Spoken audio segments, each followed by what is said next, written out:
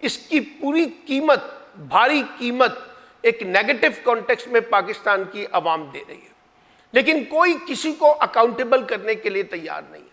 پورا ریاستی نظام، پورا حکومتی نظام، پورا ادارہ جاتی نظام بے بس نظر آتا ہے۔ لوگ چیخ رہے ہیں، پکار رہے ہیں، احتجاج کر رہے ہیں، ماتم کر رہے ہیں، لیکن ان لوگوں کی آوازیں حکمران طبقہ سننے کے لیے تیار نہیں ہے۔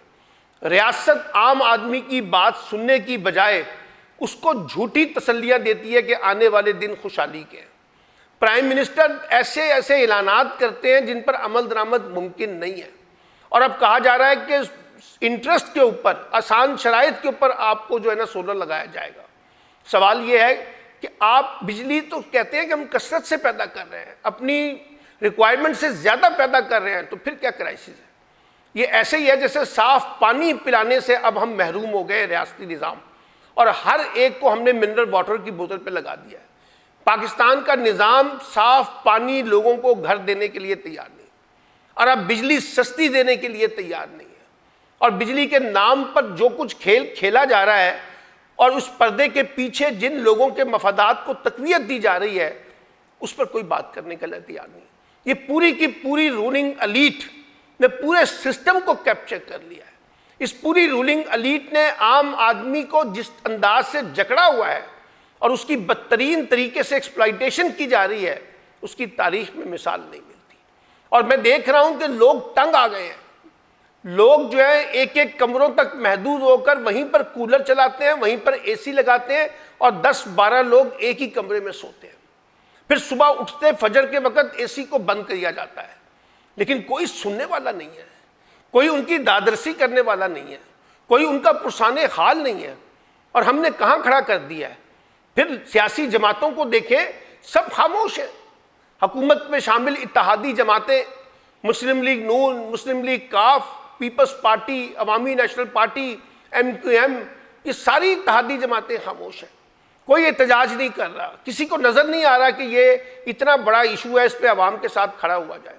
جماعت اسلامی نے 12 تاریخ کو ایک دھرنے کا اعلان کیا ہے، اب دیکھتے ہیں کہ اس کا کیا نتیجہ نکلتا ہے۔ دباؤ تو حکومت پہ ہے، اور جس گھر میں نے کہا ہے کہ بل جا رہا ہے وہاں حکومت کو گالیاں پڑ رہی ہیں۔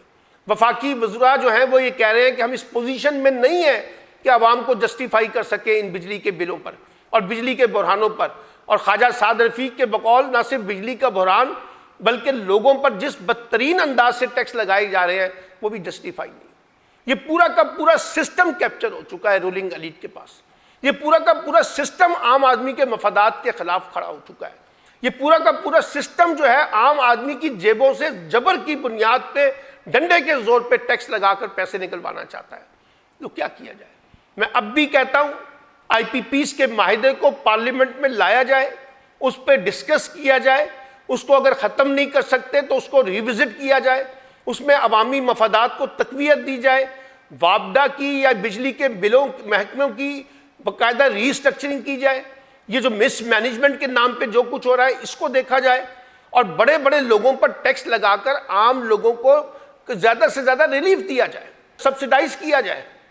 یہ مسئلے کا حل نہیں ہے کہ پوری قوم کو آپ جو ہے سولر پہ لگا دیں، یہ مسئلے کا حل نہیں ہے کہ پوری قوم کو کہیں کہ ہم بجلی دینے کی پوزیشن میں نہیں رہے، اور پھر اس کے اندر جو کرپشن ہے، اس کے اندر جو بدعنوانی ہے، وہ جو اتنے اربوں روپے کے نام پر لوٹ مار کی جا رہی ہے بجلی کے محکموں میں، اس کو کون اکاؤنٹیبل کرے گا؟ یہ جمہوریت کے سوالات، یہ آئین اور قانون کی بالادستی کے سوالات، یہ جو پاکستان میں سیاست اور جمہوریت اور پارلیمنٹ کی بالادستی کے سوالات، یہ سب بے معنی ہیں اگر آپ عام آدمی کے مفادات کو پورا نہیں کریں گے۔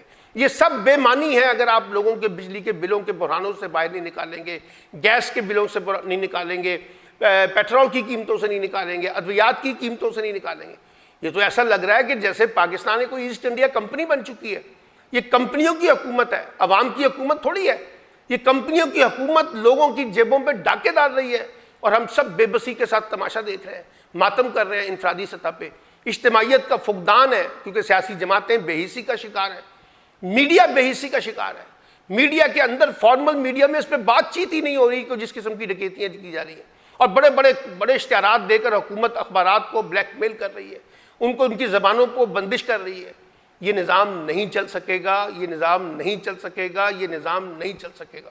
اور آئی پی پیز اور پاکستان اکٹھے نہیں چل سکتے، نہیں چل سکتے، نہیں چل سکتے جب تک ہم اس کے اندر ایک بہت بڑی غیر معمولی تبدیلی نہیں لے کے آئیں گے جو پاکستان کے عوام کے مفادات سے جڑی ہوگی۔